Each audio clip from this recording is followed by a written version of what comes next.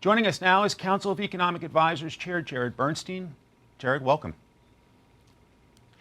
Thank you, Mike, and a happy and prosperous new year to you and all of our viewers. Amen. From the Fox poll, in the next year, 22% say get better, 44% say they expect the economy to get worse. How troubling is that heading into an election year? Well, I think on New Year's Day, a good place to start is let's look at what folks were saying last New Year's, at the beginning of this year. You had most financial outlets and many economists assuring us that a recession was inevitable and that the unemployment rate would have to rise many points in order to get inflation down. Go back a year and a half and the price of gas was north of $5 a gallon.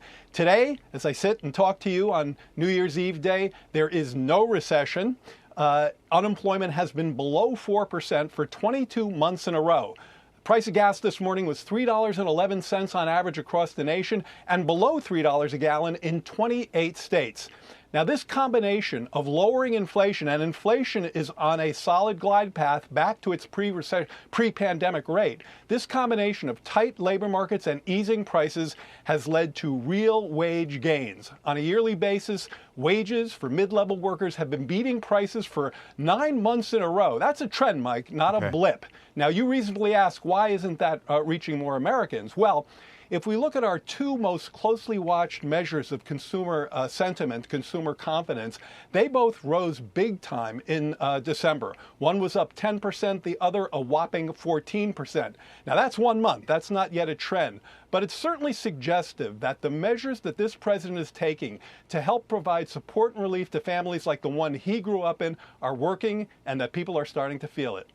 More from the Fox poll, only 14% say they've been helped by President Biden's economic policies. 46% say they've been hurt. That helped number has dipped from December 21 and December 22. Why do you think Main Street may be so upset? Well, look, people have been through a lot over the past few years. A 100-year pandemic, a global supply chain snarl up that led to a global inflation. We've seen geopolitical conflicts and so on. And so I think some of that is definitely in the mix. But I think you have to look, yes, at what people say. And I pay a lot of attention to that. They're the best arbiters of their views of the economy. But I think we also have to look at what people do.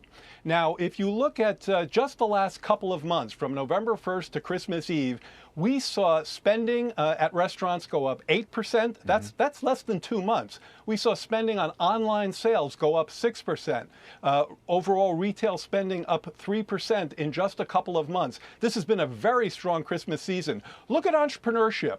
We've seen huge gains in folks starting businesses, especially, by the way, people of color. I don't think you start businesses at this rate unless you have some optimism, some confidence about where we're going. So if you actually look at the trend in the economy, the strength of consumer spending, real wage gains for 9 months in a row, year over year for mid-level workers, I think you see some real momentum getting us in a good start for the new year. You made reference to spending.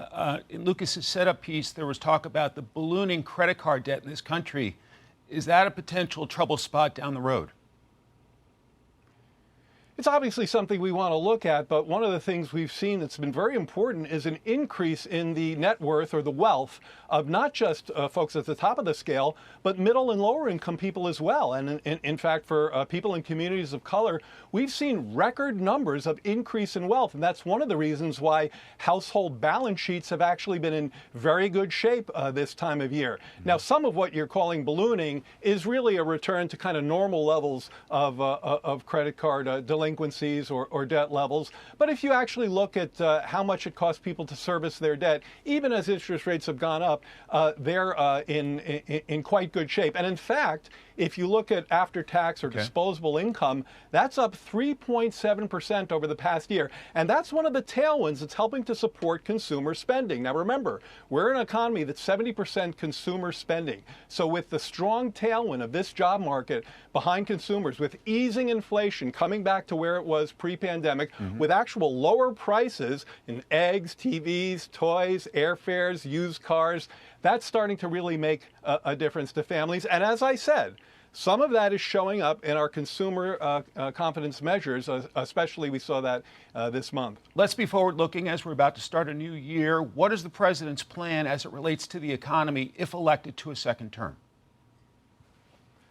I got two words for you, Mike: lowering costs. Lowering the cost of insulin. Make sure that the measures that this president legislated to keep down the price of prescription drugs, of health care coverage, to continue fighting against junk fees, whether they're at concerts, events, airfares, banks, hotels, to continue to build on this progress we've made in not just lower inflation, but actual lower costs in key areas of consumer spending. And I think it's very important here to look at a contrast between who this president is fighting for and who those on the other side of the aisle appear to be fighting for. It looks to us like their economic agenda going into 24 is to cut taxes for millionaires and billionaires, to repeal this president's legislative measures to lower the cost of insulin, to lower the cost of prescription drugs, to lower the cost of clean energy and health coverage, and to defund the IRS so millionaires and billionaires can continue to evade hundreds of billions of dollars of taxes. If you look at who's fighting for whom, I think it's pretty clear. What about the debt? $33.9 trillion and growing is not sustainable.